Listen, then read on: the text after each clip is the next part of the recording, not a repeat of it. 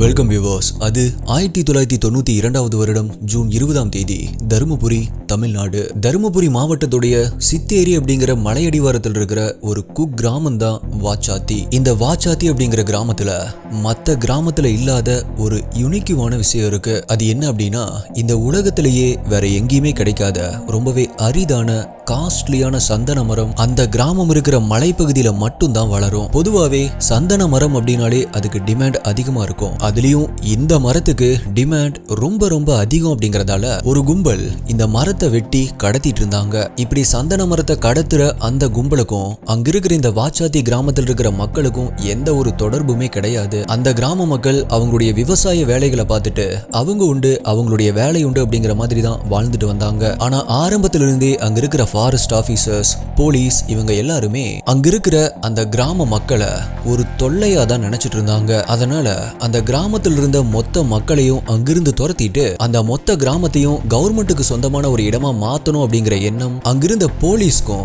Forest ஆபீசர்ஸ்க்கும் எப்பவுமே இருந்துட்டு இருந்துச்சு. இப்படி இருக்கும் பொழுதுதான் 1992 வருடம் ஜூன் 20ஆம் தேதி அன்னைக்கு காலையில டைம் கரெக்டா ஒரு 10 மணி இருக்கும். போலீஸ் மற்றும் ஃபாரஸ்ட் ஆபீசர்ஸ் ஒரு 45 பேரு அந்த கிராமத்துக்குள்ள வந்து அந்த கிராமத்துடைய தலைவரான பெருமாள் அப்படிங்கிறவரை தேட ஆரம்பிக்கிறாங்க. உடனே பெருமாளும் அங்க வந்து என்னாச்சு சார் அப்படின்னு கேக்குறாரு. அதுக்கு அதுல இருந்து ஒரு ஆபீசர், மொத்த கிராமமும் சேர்ந்து வீரப்பன் கூட சந்தன மரமா கடத்திட்டு இருக்கீங்க, இதுல ஒண்ணுமே தெரியாத மாதிரி என்னாச்சு அப்படின்னு என்ன வந்து கேக்குறியான்னு பெருமாளை அடிக்க ஆரம்பிச்சிருக்காங்க. இதுல அதிர்ச்சியான பெருமாளோ, சார் எதுக்கு அடிக்கிறீங்க, நாங்க ஏன் மரத்தை கடத்த போறோம், நாங்க வீரப்பனை பார்த்தது கூட கிடையாது அப்படின்னு ரொம்பவே பதட்டத்தோட சொல்றாரு. அதுக்கு அந்த ஆபீசரோ, எதுவா இருந்தாலும் ஸ்டேஷன் போய் பேசிக்கலாம் வா அப்படின்னு சொல்லி பெருமாளை கெட்ட வார்த்தையில திட்டி அவருடைய சட்டையை பிடிச்சு அங்கிருந்து இழுத்துட்டு போறாங்க. இந்த விஷயம் கேள்விப்பட்டு உடனடியா அந்த ஒட்டுமொத்த கிராம மக்களும் அந்த இடத்துல கூட ஆரம்பிக்கிறாங்க. அவங்க கடவுளுக்கு நிகரா மதிக்கிற அவங்களுடைய கிராம தலைவரான பெருமாளை போலீஸ் இப்படி அடிச்சு இழுத்துட்டு போறத பார்த்து அவங்க எல்லாருமே கொதிச்சு போறாங்க. உடனே அந்த கிராமத்துல இருந்த 650 மக்களும் ஒண்ணு கூடி பெருமாளை அரெஸ்ட் பண்ண விடாம தடுக்கிறாங்க. அப்படி தடுக்கும் பொழுது அந்த ஆபீசர்ஸ்க்கும் கிராம மக்களுக்கும் இடையில பயங்கரமான சண்டை ஏற்பட ஆரம்பிக்குது. அப்படி ஏற்பட்ட சண்டையில ஒரு ஆபீசருக்கு பயங்கரமா அடிபட்டு அவருடைய தலையிலிருந்து ரத்தம் வர ஆரம்பிச்சிருக்கு. ஆனாலுமே அந்த கிராம மக்கள் அந்த ஆபீசரை உட்கார வச்சு அவருடைய தலைக்கு கட்டு போட்டு தண்ணி எல்லாமே கொடுத்திருக்காங்க. அதுக்கப்புறமா நல்லவங்க மாதிரி அங்கிருந்து கிளம்பி போன அந்த ஆபீசர்ஸ் அவங்களுக்கு நடந்த அந்த விஷயத்த 1க்கு 2 அவங்களுடைய ஹையர் அபிஷியல்ஸ் மேலதிகாரிகள் கிட்ட சொல்ல ஆரம்பிக்கிறாங்க. ஒரு ட்ரைபல் பீப்புள், பழங்குடி மக்கள் கவர்மெண்ட் ஆபீசர்ஸ் அடிச்சதை அவங்களால ஏத்துக்கவே முடியல. சோ அந்த ஹையர் அபிஷியல் இவனுங்களுக்கு வீரப்பன் கூட சேர்ந்த உடனே காக்கி சட்டை மேல கை வைக்கிற அளவுக்கு துணிச்சல் வந்துருச்சா, இப்ப நம்மளோட பவர் என்ன அப்படின்னு அவங்களுக்கு காட்டணும்னு சொல்லியிருக்காரு. இப்படி வெறி பிடிச்ச மனித மிருகங்கள் சேர்ந்து ஒரு கிராமத்தையே வேட்டையாட தயாரா இருந்துச்சு. அப்படி வாச்சாத்தியில அன்னைக்கு நடந்த அந்த மனித வேட்டை தான் இப்ப ரீசெண்டா வந்த விடுதலை படத்துக்கு ஒரு இன்ஸ்பிரேஷனா இருந்துச்சு. அப்படி இன்ஸ்பயர் ஆகி எடுத்த அந்த படமே நம்மளுடைய மனசுல அவ்வளோ தாக்கத்தை ஏற்படுத்தும் போது அப்போ நிஜமா நடந்த அந்த சம்பவம் எந்த அளவுக்கு இருந்திருக்கும். அப்படி வாச்சாத்தியில அன்னைக்கு என்ன நடந்துச்சு, எதனால இந்த கேஸ் இந்த அளவுக்கு பேசப்பட்டுச்சு அப்படிங்கிற ஒட்டுமொத்த தமிழ்நாட்டையுமே புரட்டி போட்ட நெஞ்சை உறைய வைக்கிற அந்த சம்பவத்தை பத்தி தான் இன்னைக்கு வீடியோல நம்ம டீகோட் பண்ண போறோம். நீங்க பார்த்துட்டு இருக்கிறது சரவணன் டீகோட்ஸ். நான் உங்கள் சரவணன். வாங்க இன்னைக்கு வீடியோக்குள்ள போலாம்.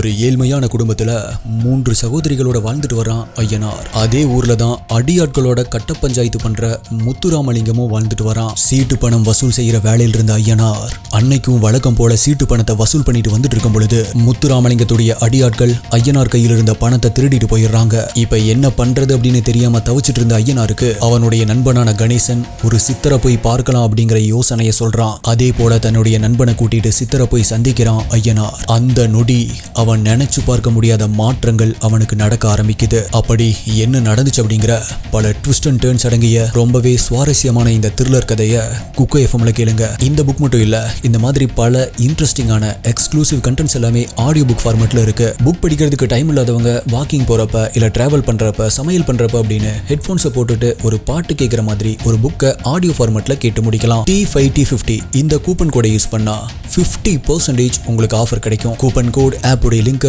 டிஸ்கிரிப்ஷன் பின்டு கமெண்ட்ல கொடுத்துருக்கேன். தேவையானவங்க யூஸ் பண்ணிக்கோங்க.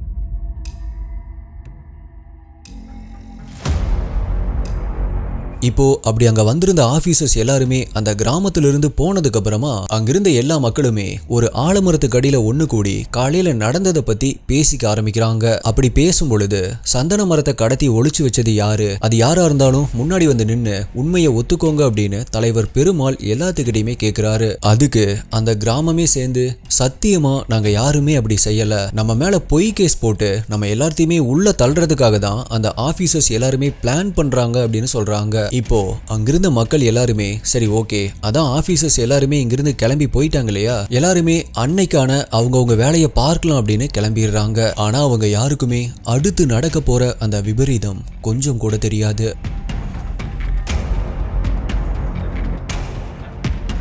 டைம் இப்போ கரெக்டாக சாயங்காலம் ஒரு 3 மணி இருக்கும். Police, forest officers, revenue department officers அப்படின்னு இவங்க எல்லாருமே சேர்ந்து ஒரு 300 பேர் இப்போ அந்த கிராமத்தையே சுற்றி வளைக்கிறாங்க. அப்படி வந்த அந்த ஆஃபீஸர்ஸ் ரொம்பவே காட்டு மிராண்டித்தனமா அந்த கிராமத்துக்குள் இருக்கிற அவங்களுடைய வீட்டுக்குள்ள போய் அங்க இருக்கிற பெண்கள், வயசானவங்க அப்படின்னு எல்லாத்தையுமே அடிச்சு வெளியே இழுத்துட்டு வராங்க. இதனால அங்கிருந்த மக்கள் எல்லாருமே பதறி போறாங்க. அப்ப அந்த மக்கள் சொன்னது என்ன அப்படின்னா, முதல்ல நாங்க சந்தன மரத்தை கடத்தினதுக்கான ஆதாரத்தை காட்டிட்டு அதுக்கப்புறமா எங்களை அடிங்க உதைங்க நாங்க வாங்கிக்கிறோம் அப்படின்னு சொல்லியிருக்காங்க.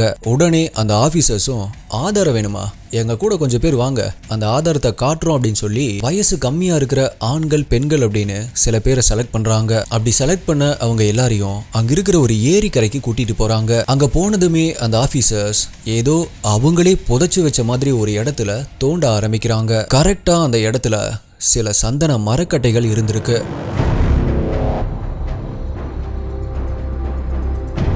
பாத்துக்கோங்க, இதான் நீங்க கேட்ட ஆதாரம் அப்படின்னு சொல்லி இப்போ அப்படி தோண்டி எடுத்த அந்த சந்தன மரக்கட்டைகளை கிராமத்துக்குள்ள எடுத்துட்டு போகணும் அப்படின்னு சொல்லி அந்த ஆபீசர்ஸ் அவங்க கூட்டிட்டு வந்த அங்க நின்னுட்டு இருந்த அந்த கிராமத்துடைய ஆண்கள் கிட்ட அந்த சந்தன மரக்கட்டைகளை கொடுத்து தூக்கிட்டு போக சொல்றாங்க.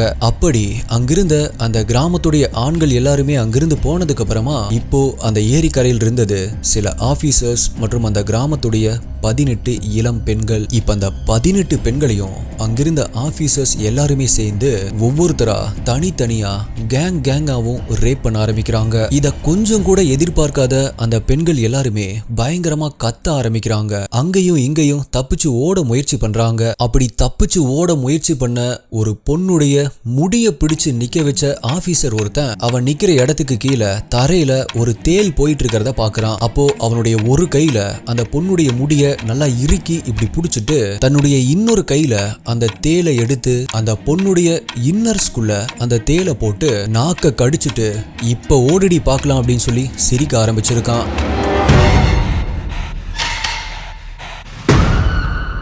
அப்ப அந்த 18 பெண்கள்ல 13 வயதான ஒரு மைனர் பெண்ணும் ஒரு கர்ப்பிணி பெண்ணும் இருந்திருக்காங்க. ஆனா அங்கிருந்த ஆபீசர்ஸ் மைனர் பொண்ணு அப்படின்னு பார்க்கல, கர்ப்பிணி பொண்ணு அப்படின்னு பார்க்கல. இங்க இப்படி நடந்துட்டு இருந்த அதே சமயத்துல அங்க கிராமத்துல அங்க இருக்கிற மக்கள் எல்லாருமே பசங்க அவங்களுடைய கையில சந்தன மரக்கட்டைகளை தூக்கிட்டு வர்றத பாக்குறாங்க. அதை பார்த்து அதிர்ச்சியான அவங்களுக்கு அதை விட அதிர்ச்சியான விஷயம் கூட போன பெண்கள் யாரையுமே காணோம் அப்படிங்கறது தான். சோ அங்க வந்து அந்த பசங்க கிட்ட எங்கடா நீங்க மட்டும் வரீங்க, பெண்கள் எல்லாம் எங்க அப்படின்னு கேக்குறாங்க. ஆனா அதுக்கு அந்த பசங்க பதில் சொல்றதுக்கு முன்னாடியே அங்கிருந்த ஒரு ஆபீசர், அதான் நீங்க கேட்ட ஆதாரம் கிடைச்சிருச்சுல்ல, அப்புறம் என்ன, மொத்த கிராமத்தையும் அரெஸ்ட் பண்ணி லாரியில ஏத்துங்க அப்படின்னு சொல்ல ஆரம்பிச்சிருக்காரு.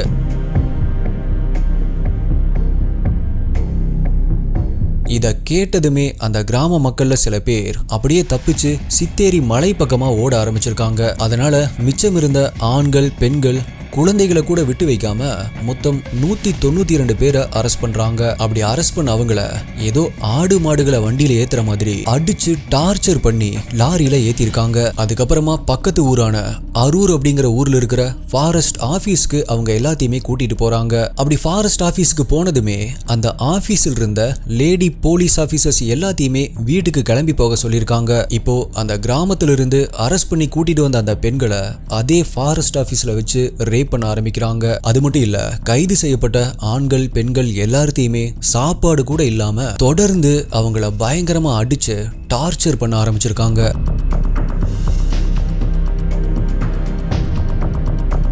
ஒரு கட்டத்துல அந்த டார்ச்சரை தாங்க முடியாம அந்த கிராமத்து பெண்கள் என்ன சொல்லிருக்காங்க அப்படின்னா, எங்களை இப்படி டார்ச்சர் பண்றதுக்கு பதிலா பேசாம எங்களை கொலை பண்ணிருங்க, ஒரே அடியா நாங்க செத்து போயிடுறோம் அப்படின்னு சொல்லி கெஞ்ச ஆரம்பிச்சிருக்காங்க. அதுக்கு அந்த ஆபீசர்ஸ், உங்களை அவ்வளோ ஈஸியெல்லாம் சாக விட்டுருவோமா, இது வெறும் ஆரம்பம் மட்டும்தான் அப்படின்னு சொல்லி அங்க ஒரு ஓரமா நின்றுட்டு இருந்த அந்த கிராமத்துடைய தலைவர் பெருமாளை அங்க கூப்பிடுறாங்க. அதுக்கப்புறமா சில பொண்ணுகளை மட்டும் செலக்ட் பண்ணி அங்க வரிசையா நிக்க வச்சு அந்த பெண்களுடைய ஆடைகளை, உள்ளாடைகளை பெருமாளை விட்டு கலட்ட சொல்றாங்க. இத கேட்டதுமே பெருமாள் அப்படியே நில குலைஞ்சு போறாரு. அந்த பெண்கள் எல்லாருமே அழுக ஆரம்பிச்சிருக்காங்க. பிறகு அவருமே வேற வழி இல்லாம மனச கல்லாக்கிட்டு அந்த போலீஸ் ஆபீசர் சொன்ன மாதிரியே அந்த பெண்களுடைய உள்ளாடைகளை கலட்ட ஆரம்பிச்சிருக்காரு.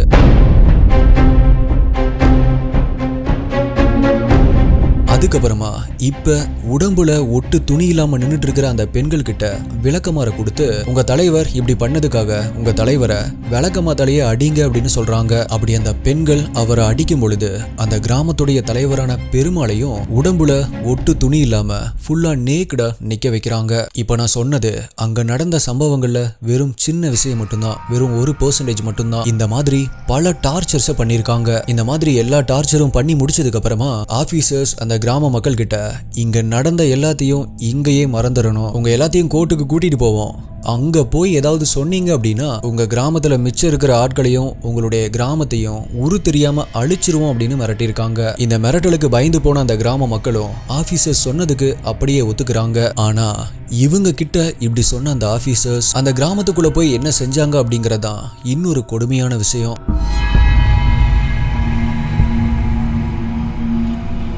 அன்னைக்கு நைட்டே அந்த கிராமத்துக்குள்ள போன ஆபீசர்ஸ் அங்கிருந்த ஒவ்வொரு வீட்டுக்குள்ளேயும் போய் ரேஷன் கார்டு, அங்கிருந்த குழந்தைகளுடைய ஸ்கூல் சர்டிபிகேட் அப்படின்னு எல்லாத்தையுமே கிழிச்சு போட்டிருக்காங்க. அதுக்கப்புறமா எல்லா வீடுகள்லயும் ரேஷன் கடையிலயும் இருந்த அரிசி, பருப்பு, ஆயில் அப்படின்னு இது எல்லாத்தையுமே எடுத்து வீதியில கொட்டியிருக்காங்க. மேலும் அங்கிருந்த ஆடு, கோழி இது எல்லாத்தையுமே வெட்டி அங்கேயே சமைச்சும் சாப்பிட்டுருக்காங்க. அதுக்கப்புறமா அதோடைய தோல், எலும்பு அப்படின்னு இது எல்லாத்தையுமே அங்கிருந்த அந்த கிராம மக்கள் குடிக்கிறதுக்காக யூஸ் பண்ற கிணத்துக்குள்ள தூக்கி போட்டு அந்த தண்ணிய யூஸ் பண்ண முடியாதபடி மாத்துறாங்க. இப்படி எல்லாமே பண்ணதுக்கு அப்புறமா அந்த கிராமமே ஒரு மதம் பிடிச்ச யானை கூட்டம் அந்த கிராமத்துக்குள்ள பூந்துட்டு வெளியே போனா எப்படி இருக்குமோ, அந்த ஊர் எப்படி நாசமாகுமோ அதை விட மோசமா, சொல்ல போனா ஒரு சுடுகாடு மாதிரி காட்சி அளிச்சுச்சு.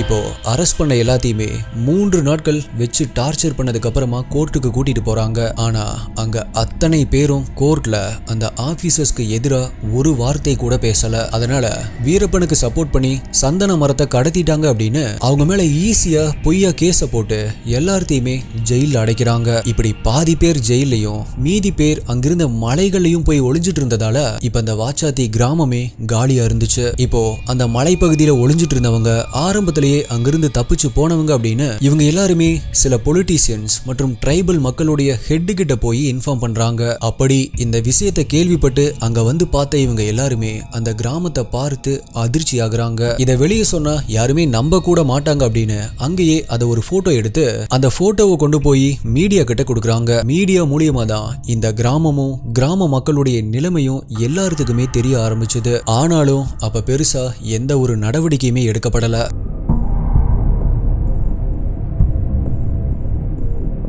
இப்ப சம்பவம் நடந்து 3 வருடங்கள் கழிச்சு, அதாவது 1995வது வருடம் மார்க்சிஸ்ட் கம்யூனிஸ்ட் பார்ட்டியை சேர்ந்த நல்ல சிவம் அப்படிங்கிறவரு சம்பந்தப்பட்ட 269 போலீஸ் மற்றும் ஃபாரஸ்ட் ஆபீசர்ஸ் மேல கம்ப்ளைண்ட் ஃபைல் பண்ணி சுப்ரீம் கோர்ட்டுக்கு ஒரு பெட்டிஷன் அனுப்புறாரு. சுப்ரீம் கோர்ட் அந்த பெட்டிஷனை ஏத்துக்கிட்டு சிபிஐ கிட்ட இந்த கேஸை ஹேண்ட் ஓவர் பண்றாங்க. சிபிஐ ஆபீசர் டிஎஸ்பி ஜெகநாதன் அப்படிங்கிறவரு இந்த கேஸை இன்வெஸ்டிகேட் பண்ண ஆரம்பிக்கிறாரு. எந்த கேஸ்லயுமே இல்லாத அளவுக்கு இந்த கேஸ்ல குற்றவாளிகள் 269 பேரா இருந்தாலும் ரொம்பவே கஷ்டப்பட்டு தனி ஆளா அவங்களுக்கு எதிரா எல்லா ஆதாரங்களையும் எவிடன்ஸையும் கலெக்ட் பண்றாரு. இப்படி இந்த ஆபீசர் நடவடிக்கை எடுத்ததால தான் அங்கிருந்த பெண்கள் எல்லாருமே அவங்களுக்கு நடந்த கொடுமைய கோர்ட்ல வந்து சொல்றோம் அப்படிங்கிற ஒரு மனநிலைமைக்கே வந்தாங்க.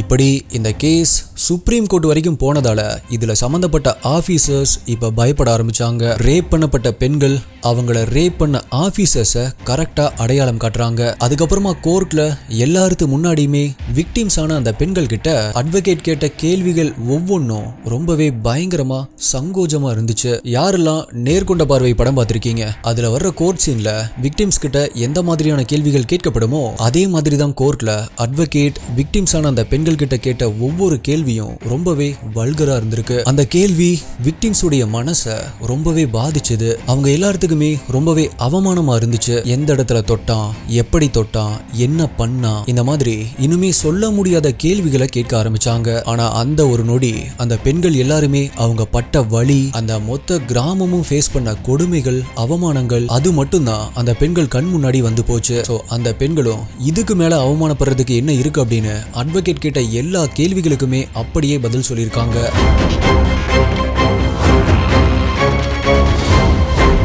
இந்த கேஸ்ல குற்றவாளிகள் எல்லாருமே கவர்மெண்ட் ஆபீசர்ஸ் அப்படிங்கறதால அவங்களும் அவங்களுடைய பவரை யூஸ் பண்ணி கோர்ட்டுக்கு போறத தள்ளி போட்டு கேஸை இழுத்துட்டே போயிருக்காங்க.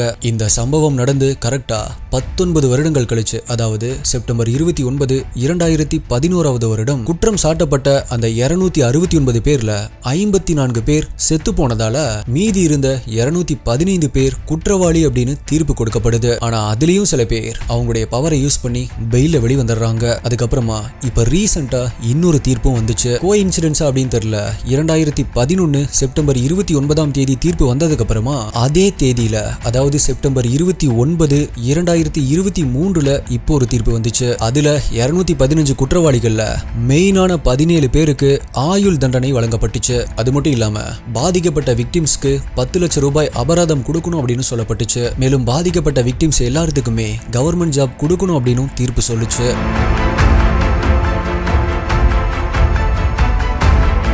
அன்னைக்கு வாச்சாத்தில நடந்த அந்த சம்பவத்துக்கு அப்புறமா அங்கிருந்த பெண்களுக்கும் சரி, அதுல பாதிக்கப்பட்ட அந்த ஒட்டுமொத்த கிராமமுமே சரி, அதிலிருந்து இன்னுமே மீண்டு வர முடியாம இருக்கு. அந்த சம்பவம் நடந்து 31 வருடங்களுக்கு மேல ஆயிருந்தாலுமே அதை கடந்து வர முடியாம ஒரு நடை பிணமா தான் வாழ்ந்துட்டு வராங்க. சோ எஸ்டி இன்வெஸ்டிகேட்டர்ஸ், நீங்க இத பத்தி என்ன நினைக்கிறீங்க? இப்ப இருக்கிற மாதிரி நிலைமை அப்ப கிடையாது. ஏன் அப்படின்னா, இங்க ஏதாவது தப்பு நடக்குதுன்னா நம்ம கிட்ட இருக்கிற போனை வச்சு அல்லது சிசிடிவி ரெக்கார்ட்ஸை வச்சு எல்லாத்துக்குமே இந்த மாதிரி கொடுமை நடந்திருக்கு, இந்த மாதிரி போலீஸ் நடந்திருக்காங்க, இல்ல அதிகாரிகள் இப்படி நடந்திருக்காங்க அப்படிங்கிறது தெரிய வந்துருது. ஆனா அப்போ அப்படி இல்ல. போலீஸ் என்ன சொல்றாங்களோ அதுதான் உண்மை. அதிகாரிகள் அவங்களுடைய அதிகார பலத்தை யூஸ் பண்ணி நினைச்ச எல்லாத்தையுமே சாதிச்சிருக்காங்க. அதுல எத்தனை அப்பாவி மக்கள் பாதிக்கப்பட்டிருப்பாங்க அப்படிங்கிறது யாருக்குமே தெரியாது. ஜெய்பீம் படத்துல கூட அதை தான் சொல்லியிருப்பாங்க. சோ நீங்க இதை பத்தி என்ன நினைக்கிறீங்க அப்படிங்கறத மறக்காம கீழே கமெண்ட் பண்ணுங்க. உங்களுடைய பெஸ்டான கமெண்ட் அடுத்த வீடியோல வரும். இப்போ வரைக்கும் வீடியோக்கு லைக் போடாம பார்த்துட்டு இருந்தீங்க அப்படின்னா உங்களுடைய சப்போர்ட்டை வீடியோக்கு ஒரு லைக் போட்டு கொடுங்க. மேலும் சேனலை இப்போ வரைக்கும் சப்ஸ்கிரைப் பண்ணல அப்படின்னா சப்ஸ்கிரைப் பண்ணிக்கோங்க.